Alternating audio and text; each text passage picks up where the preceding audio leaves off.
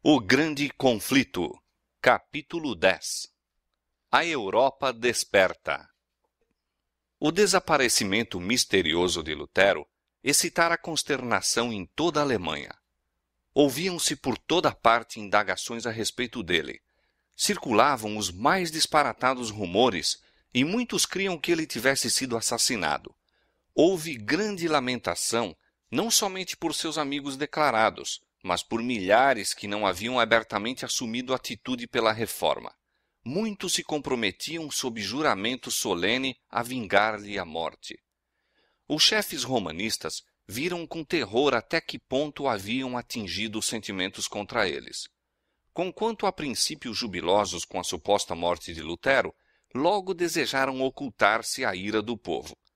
Seus inimigos não haviam sido tão perturbados com seus arrojadíssimos atos enquanto se achava entre eles, como o foram com o seu afastamento.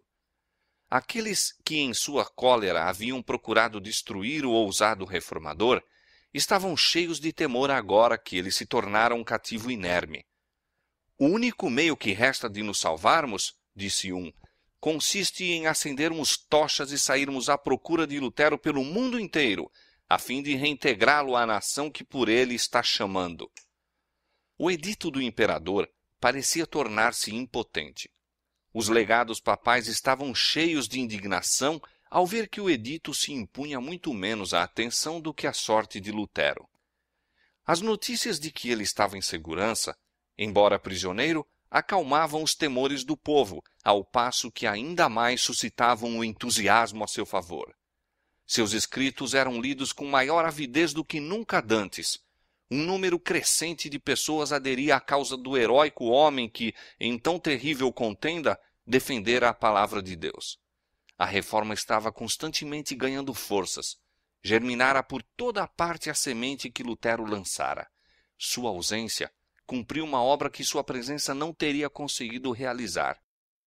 Outros obreiros sentiram nova responsabilidade, agora que seu grande chefe fora removido. Com nova fé e fervor, avançaram para fazer tudo o que estivesse em seu poder, a fim de que não fosse impedida a obra tão nobremente iniciada. Mas Satanás não estava ocioso.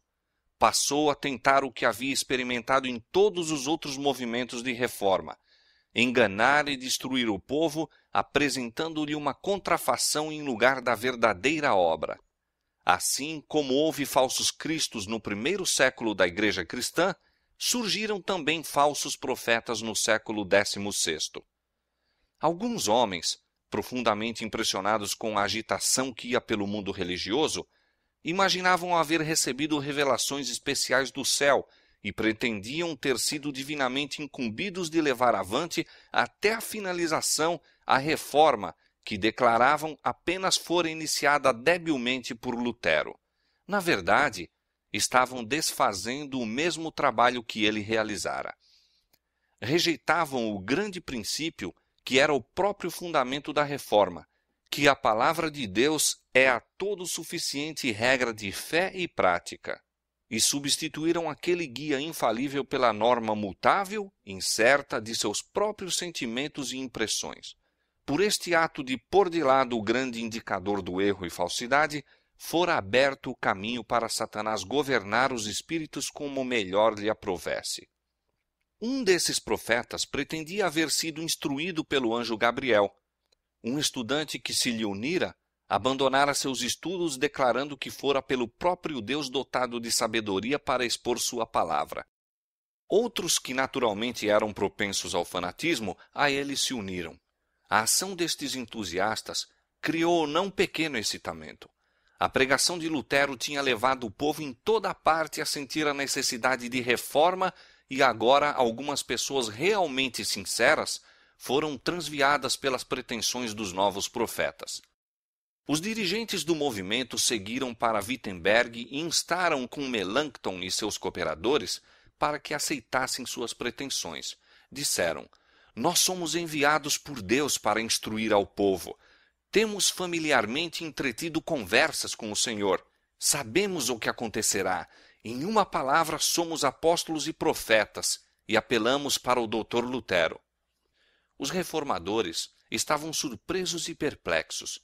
com semelhante elemento não haviam ainda deparado e não sabiam o que fazer. Disse Melanchthon: há efetivamente espírito extraordinário nestes homens. Mas que espírito? De um lado, acautelemo-nos de entristecer o Espírito de Deus, e de outro, de sermos desgarrados pelo espírito de Satanás. O fruto do novo ensino logo se tornou manifesto. O povo foi levado a negligenciar a Bíblia ou lançá-la inteiramente à parte. Nas escolas estabeleceu-se confusão. Estudantes, repelindo toda a restrição, abandonavam seus estudos e retiravam-se da universidade. Os homens que se julgavam competentes para reanimar e dirigir a obra da reforma conseguiram unicamente levá-las às bordas da ruína. Os representantes de Roma recuperaram então sua confiança e exclamaram exultantemente: mais uma luta e tudo será nosso. Lutero, em Wartburgo, ouvindo o que ocorrera, disse com profundo pesar: sempre esperei que Satanás nos mandaria esta praga. Percebeu o verdadeiro caráter destes pretensos profetas e viu o perigo que ameaçava a causa da verdade. A oposição do Papa e do Imperador não lhe tinha causado perplexidade e angústia tão grandes como as que experimentava agora. Dos professos amigos da Reforma haviam surgido seus piores inimigos. As mesmas verdades que lhe haviam trazido tão grande alegria e consolação estavam sendo empregadas para provocar contenda e criar confusão na Igreja. Na obra da Reforma, Lutero fora compelido à frente pelo Espírito de Deus e levado além do que ele pessoalmente teria ido. Não se propusera assumir as posições que assumiu, nem efetuar mudanças tão radicais. Não fora senão o instrumento nas mãos do poder infinito. Contudo, muitas vezes estremecia pelos resultados de seu trabalho.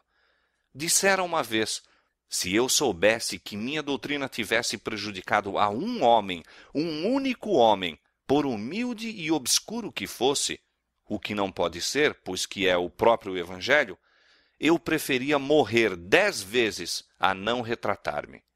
E então, Wittenberg mesmo, o próprio centro da Reforma, estava rapidamente a cair sob o poder do fanatismo e da anarquia. Esta terrível condição não resultara dos ensinos de Lutero, mas por toda a Alemanha seus inimigos o estavam acusando disso.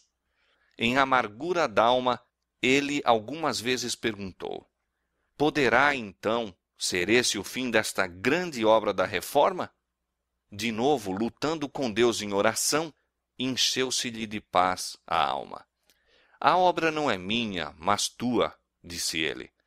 Não permitirás que ela se corrompa pela superstição ou fanatismo. Mas o pensamento de permanecer por mais tempo afastado do conflito, numa crise tal, tornou-se-lhe insuportável. Resolveu voltar a Wittenberg. Sem demora, iniciou a perigosa viagem. Achava-se sob a condenação do Império. Os inimigos tinham a liberdade de tirar-lhe a vida. Aos amigos era vedado auxiliá-lo ou abrigá-lo. O governo imperial estava adotando as mais enérgicas medidas contra seus adeptos. Ele, porém, via que a obra do Evangelho estava perigando e, em nome do Senhor, saiu destemidamente para batalhar pela verdade. Em carta ao eleitor, depois de declarar seu propósito de deixar Wartburgo, Lutero disse: seja Vossa Alteza cientificado de que vou a Wittenberg sob uma proteção muito mais elevada do que a de príncipes e eleitores. Não penso em solicitar o apoio de Vossa Alteza, e, longe de desejar sua proteção, eu mesmo, antes, o protegerei. Se eu soubesse que Vossa Alteza poderia ou quereria proteger-me, não iria de maneira nenhuma a Wittenberg. Não há espada que possa favorecer esta causa. Deus, somente, deve fazer tudo sem o auxílio ou cooperação do homem. Aquele que tem a maior fé é o que é mais capaz de proteger. Em segunda carta, escrita em caminho para Wittenberg, Lutero acrescentou: estou pronto para incorrer no desagrado de Vossa Alteza e na ira do mundo inteiro. Não são os habitantes de Wittenberg minhas ovelhas? Não as confiou Deus a mim? E não deveria eu, sendo necessário expor-me à morte por sua causa? Demais, temo ver um terrível levante na Alemanha, pelo qual Deus punirá nossa nação. Com grande cautela e humildade, se bem que com decisão e firmeza, entrou em seu trabalho. Pela palavra, disse ele, devemos vencer e destruir o que foi estabelecido pela violência. Não farei uso da força contra os supersticiosos e incrédulos. Ninguém deve ser constrangido. A liberdade é a própria essência da fé. Logo rumorejou em toda Wittenberg que Lutero voltara e que deveria pregar. O povo congregou-se de todas as direções e a igreja transbordou. Subindo ao púlpito com grande sabedoria e mansidão, instruiu, exortou e reprovou. Abordando o procedimento de alguns que haviam recorrido a medidas violentas para abolir a missa, disse: a missa é coisa má. Deus se opõe a ela. Deve ser abolida. E eu gostaria que no mundo inteiro fosse substituída pela ceia do Evangelho, mas que ninguém seja dela arrancado pela força. Devemos deixar o caso nas mãos de Deus. Sua palavra deve agir e não nós. E por que assim? Perguntareis. Porque eu não retenho o coração dos homens em minhas mãos, como o oleiro retém o barro. Temos o direito de falar, não temos o direito de agir. Preguemos, o resto pertence a Deus. Devesse eu empregar a força e que ganharia? Momice, formalidade, arremedos, ordenanças humanas e hipocrisia. Mas não haveria sinceridade de coração, nem fé, nem caridade. Onde faltam estas três, falta tudo, e eu nada daria por semelhante resultado. Deus faz mais por sua palavra só, do que vós e eu e o mundo inteiro por nossa força unida. Deus se apodera do coração, e tomando o coração, tudo está ganho.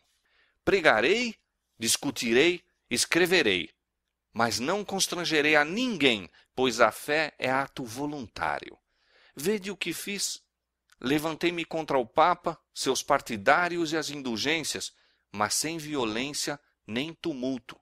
Apresentei a palavra de Deus, preguei e escrevi, isto é tudo o que fiz. E, no entanto, enquanto eu dormia, a palavra que eu pregara subverteu o papado, de maneira tal que nunca um príncipe ou imperador lhe vibrou semelhante golpe, e, contudo, nada fiz. A palavra só fez tudo.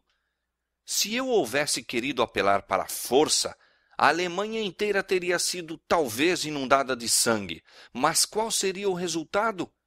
Ruína e desolação, tanto para o corpo como para a alma. Portanto, conservei-me quieto e deixei a palavra sozinha correr através do mundo. Dia após dia, durante uma semana inteira, Lutero continuou a pregar às ávidas multidões.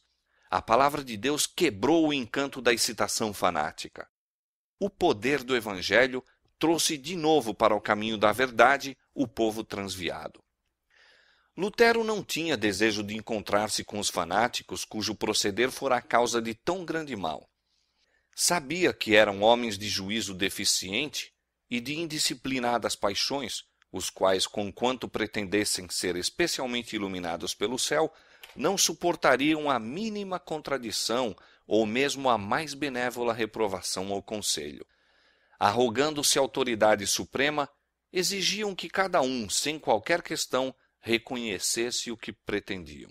Mas, ao pedirem uma entrevista com ele, concedeu-lhe, e com tanto êxito expôs as pretensões deles que os impostores de pronto partiram de Wittenberg. O fanatismo foi sustado por algum tempo, mas alguns anos mais tarde irrompeu com maior violência e mais terríveis resultados. Disse Lutero com relação aos dirigentes desse movimento: para eles, as escrituras sagradas não eram senão letra morta, e todos eles começaram a clamar: o Espírito! O Espírito! Mas, certamente, não seguirei para onde seu Espírito os conduz. Deus me guarde, pela sua misericórdia, de uma igreja em que não há senão santos. Desejo associar-me aos humildes, fracos, doentes, que conhecem e sentem seus pecados e que do fundo do coração gemem e clamam continuamente a Deus para obter dele consolação e apoio. Thomas Müntzer, o mais ativo dos fanáticos, era homem de considerável habilidade, que, corretamente dirigida, o teria capacitado a fazer o bem, mas ele não aprendera os rudimentos da verdadeira religião. Possuía-o o desejo de reformar o mundo e esquecia-se, como fazem todos os entusiastas, de que a reforma deveria começar consigo mesmo. Ambicionava obter posição e influência, e não estava disposto a ficar em segundo lugar, mesmo em relação a Lutero. Declarava que os reformadores, substituindo pela autoridade das Escrituras a do Papa, estavam apenas estabelecendo uma forma diversa de papado. Ele próprio pretendia haver sido divinamente incumbido de introduzir a verdadeira reforma. Aquele que possui este espírito, disse Müntzer, possui a verdadeira fé, ainda que em sua vida nunca visse as Escrituras. Os ensinadores fanáticos entregaram-se à direção das impressões, considerando todo o pensamento e impulso como sendo a voz de Deus. Consequentemente, iam a grandes extremos. Alguns queimaram mesmo a Bíblia, exclamando: "A letra mata, mas o Espírito vivifica." O ensino de Müntzer apelava para o desejo humano do maravilhoso, enquanto satisfazia seu orgulho, colocando virtualmente as ideias e opiniões dos homens acima da palavra de Deus. Suas doutrinas eram recebidas por milhares. Logo, denunciou toda a ordem no culto público e declarou que obedecer aos príncipes era tentar servir simultaneamente a Deus e a Belial. O espírito do povo, começando já a arremessar o jugo do papado, estava-se também tornando impaciente sob as restrições da autoridade civil. Os ensinos revolucionários de Müntzer, pretendendo sanção divina, levaram-nos a romper com todo o domínio e dar rédeas a seus preconceitos e paixões. Seguiram-se as mais terríveis cenas de sedição e contenda, e os campos da Alemanha embeberam-se de sangue. A agonia d'alma que havia tanto tempo antes Lutero experimentara em Erfurt, oprimia-o agora com a redobrada força, vendo ele os resultados do fanatismo imputados à reforma. Os príncipes romanistas declaravam, e muitos estavam prontos a dar crédito à declaração, que a rebelião era o fruto legítimo das doutrinas de Lutero. Conquanto esta acusação não tivesse o mínimo fundamento, não poderia senão causar grande angústia ao reformador. Que a causa da verdade fosse destarte infelicitada, sendo emparelhada com o mais ignóbil fanatismo, parecia mais do que ele poderia suportar. Por outro lado, os chefes da revolta odiavam a Lutero porque ele não somente se opusera às suas doutrinas e negara ser de inspiração divina o que pretendiam, mas declarara aos rebeldes a autoridade civil. Em represália, denunciaram-no como vil pretensioso. Parecia haver acarretado sobre si a inimizade tanto dos príncipes como do povo. Os romanistas exultavam, esperando testemunhar a rápida queda da reforma, e culpavam a Lutero até dos erros que ele tão zelosamente se esforçara por corrigir. A facção fanática, pretendendo falsamente haver sido tratada com grande injustiça, conseguiu ganhar as simpatias de um grupo numeroso de pessoas, e conforme se dá frequentemente com os que tomam o lado do erro, vieram a ser considerados mártires. Assim, aqueles que estavam exercendo toda a energia em oposição à reforma eram lamentados e louvados como vítimas de crueldade e opressão. Esta era a obra de Satanás, movido pelo mesmo espírito de rebelião que manifestara primeiramente no céu. Satanás está constantemente procurando enganar os homens e levá-los a chamar ao pecado justiça e à justiça pecado. Quão bem-sucedido tem sido seu trabalho! Quantas vezes a censura e a exprobração são lançadas sobre os fiéis servos de Deus porque se mantêm destemidos em defesa da verdade. os homens que não passam de agentes de Satanás são louvados e lisonjeados, e mesmo considerados mártires, enquanto os que deveriam ser respeitados e apoiados pela sua fidelidade a Deus são deixados sós, sob suspeita e desconfiança. A santidade falsificada, a santificação espúria, ainda está a fazer sua obra de engano. Sob várias formas exibe o mesmo espírito dos dias de Lutero, desviando das Escrituras os espíritos e levando os homens a seguir seus próprios sentimentos e impressões, em vez de prestar obediência à lei de Deus.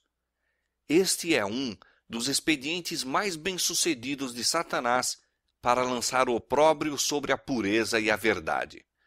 Corajosamente, Lutero defendeu o evangelho dos ataques que vinham de todos os lados. A palavra de Deus se demonstrou uma arma poderosa em todo o conflito. Com essa palavra, guerreou contra a usurpada autoridade do Papa e a filosofia racionalista dos escolásticos, enquanto se mantinha firme como uma rocha contra o fanatismo que procurava aliar-se à Reforma. Cada um desses elementos oponentes estava, a seu modo, pondo de parte as Escrituras sagradas e exaltando a sabedoria humana como a fonte da verdade e conhecimento religioso. O racionalismo deifica a razão e dela faz o critério para a religião. O romanismo, pretendendo para seu soberano pontífice uma inspiração que descende ininterruptamente dos apóstolos e que é imutável em todos os tempos, dá ampla oportunidade para que toda espécie de extravagâncias e corrupção se ocultem sob a santidade da comissão apostólica. A inspiração pretendida por Minzer e seus companheiros não procedia de uma fonte mais elevada do que as divagações da imaginação, e sua influência era subversiva a toda autoridade humana ou divina. O verdadeiro cristianismo recebe a palavra de Deus como o grande tesouro de verdade inspirada e como a prova de toda inspiração. De volta a Wartburgo, Lutero completou sua tradução do Novo Testamento, que foi logo depois entregue ao povo da Alemanha em sua própria língua. Essa tradução foi recebida com grande alegria por todos os que amavam a verdade, mas rejeitaram-na escarnecedoramente os que preferiam tradições e preceitos de homens.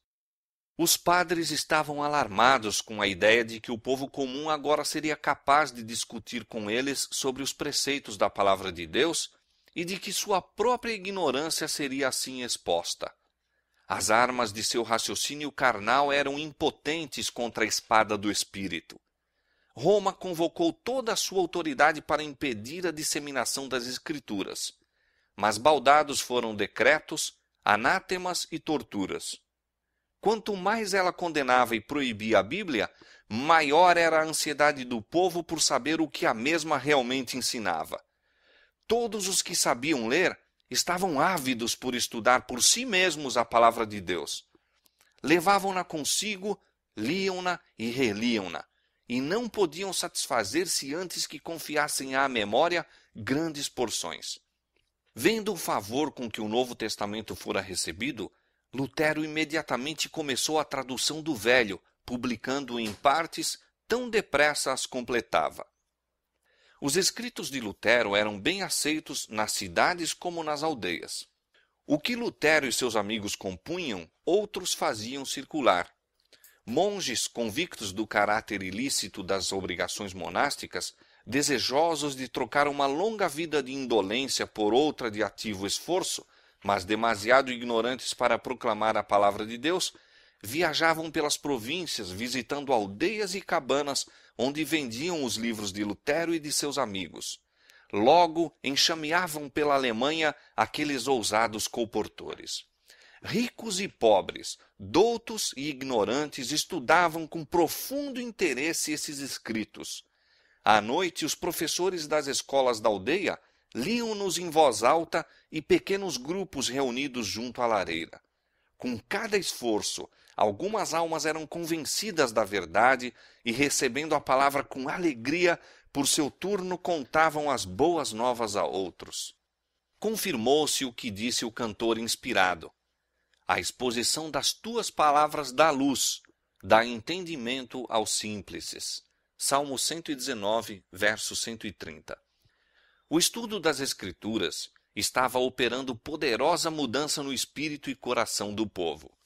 O governo papal colocara sob os seus súditos um jugo de ferro que os retinha em ignorância e degradação.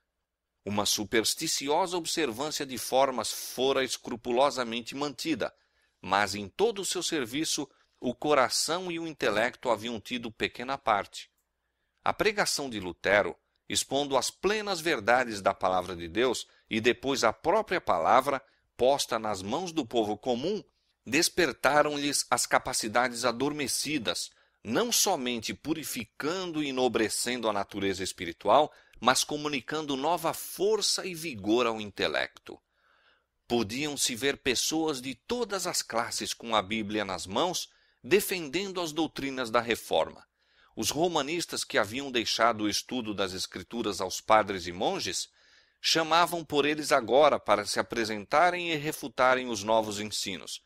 Mas, ignorantes tanto a respeito das Escrituras como do poder de Deus, padres e frades eram totalmente derrotados pelos que haviam denunciado como indoutos e hereges.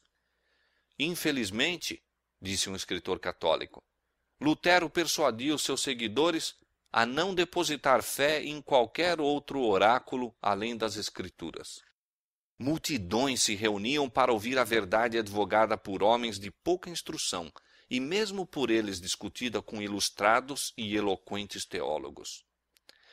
Patenteava-se a vergonhosa ignorância desses grandes homens, ao serem seus argumentos defrontados pelos singelos ensinos da palavra de Deus.